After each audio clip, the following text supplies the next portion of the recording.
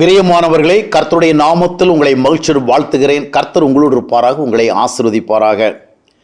பொதுவாக சமுதாயத்தில் மாமியார்கள் என்றாலே அவங்க மோசமானவர்களாக இருப்பார்கள் என்கிற ஒரு சிந்தனை இருக்கிறது.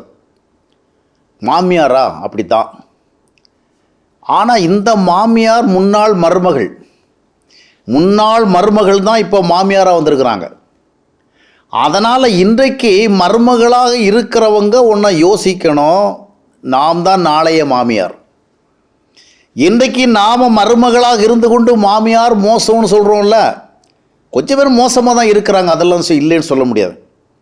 ஆனாலும் நான் மருமகளாக இருக்கிறதுனால மாமியாரெல்லாம் மோசமாகத்தான் இருப்பாள் என்கிற ஒரு எண்ணம் இருக்கிறது. ஆனால் இன்றைக்கு நீங்கள் மருமகளாக இருக்கிறீர்கள், விரைவில் நீங்களும் மாமியார் ஆவீர்கள்.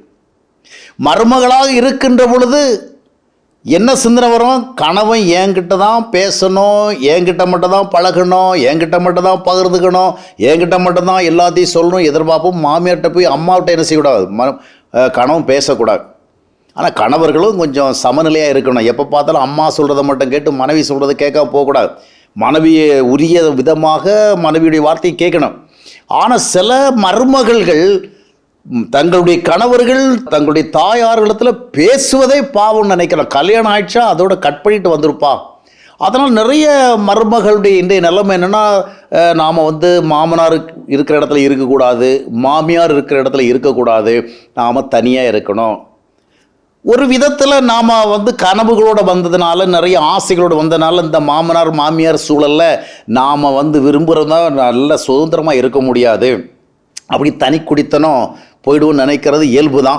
நிறைய குடும்பங்களில் அந்த ஒன்றாகிறது சண்டை போட்டு கிடக்கிறத விட தனியாக போய்கிட்டு கொஞ்சம் உறவுகளை அவ்வப்பொழுது கொஞ்சம் டச் பண்ணி நல்லா தான் இருக்குது.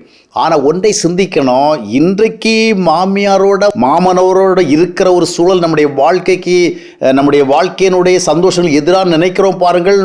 மருமகளுக்கு என்ன நடக்கும்னா, விரைவில் இவர்கள் மாமியாராகி விடுவார். நம்முடைய பிள்ளைகள் வளர்கிறது, நாளை திருமணம் பண்ணுவாங்க. இந்த ஜெனரேஷன்லேயே நாம் மாமனார் பக்கத்தில் இருக்கக்கூட நினச்சா நாளை ஜெனரேஷனில் வரவங்க நமக்கு அதான் நடக்கும். இன்றைக்கு நாம் மருமகளாக இருக்கும் பொழுது நாம் என்ன விரும்புகிறோமோ நாளைக்கு நாம் மாமியாராக மாறுகிற பொழுது நம்முடைய குடும்பங்களிலும் அதான் நடக்கும். எனவே மாமியார்கள் எல்லாருமே மோசமானவர்கள், மருமக்கள் எல்லோரும் நல்லவர்கள் என்ற எண்ணத்தை வைக்கக்கூடாது. அதுபோல் மாமியார்களும் தங்களுடைய மகள்கள் மட்டும்தான் நல்லவர்கள், தங்களுடைய மகன்களுக்கு வந்த அந்த பெண்களெல்லாம் மோசமானவர்கள் என்று எண்ணக்கூடாது. சில பாருங்க, தங்களுடைய பிள்ளை என்ன 1000 தவறு பண்ணாலும் ஏன் பொண்ணு அப்படி பண்ணாதும்பாங்க. அதே நேரத்தில் தங்களுடைய மகன் திருமணம் செய்து இருந்த பெண் ஒரு தவறு செய்யாவிட்டாலும் ஒருபோதும் அவளை பாராட்ட மாட்டாள். எனவே நாம் எல்லா காரியங்களும் சிந்தித்து கர்த்தருக்கு முன்பாக உண்மையாக இருக்க வேண்டும். மாமியாராக இன்றைக்கு இருக்கிறவர்கள் நாம் நேற்றைக்கு மருமகளாக இருந்து எப்படி நடந்து கொண்டோம் என்பதை இந்த காலத்தில் சிந்திக்கணும்.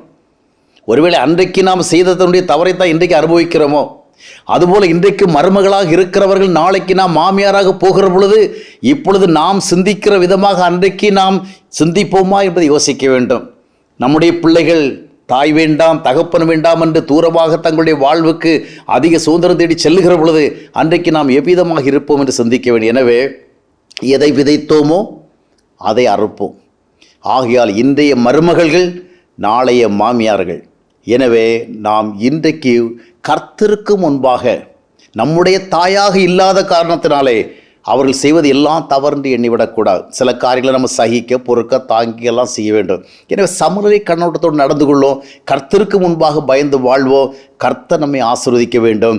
வாழ்க்கை காலங்கள் மாறி வருகிற பொழுது ஏற்படுகிற சூழலிலே நம்முடைய மனம் பாதிக்காதபடிக்கு ஒரு விடுதலையோடு உணர்வோடு இருக்கும்படியான சூழலை உருவாக்கி கொள்ள வேண்டும். அப்பொழுது கர்த்தர் நம்மோடு நம்மை நடத்துவார்.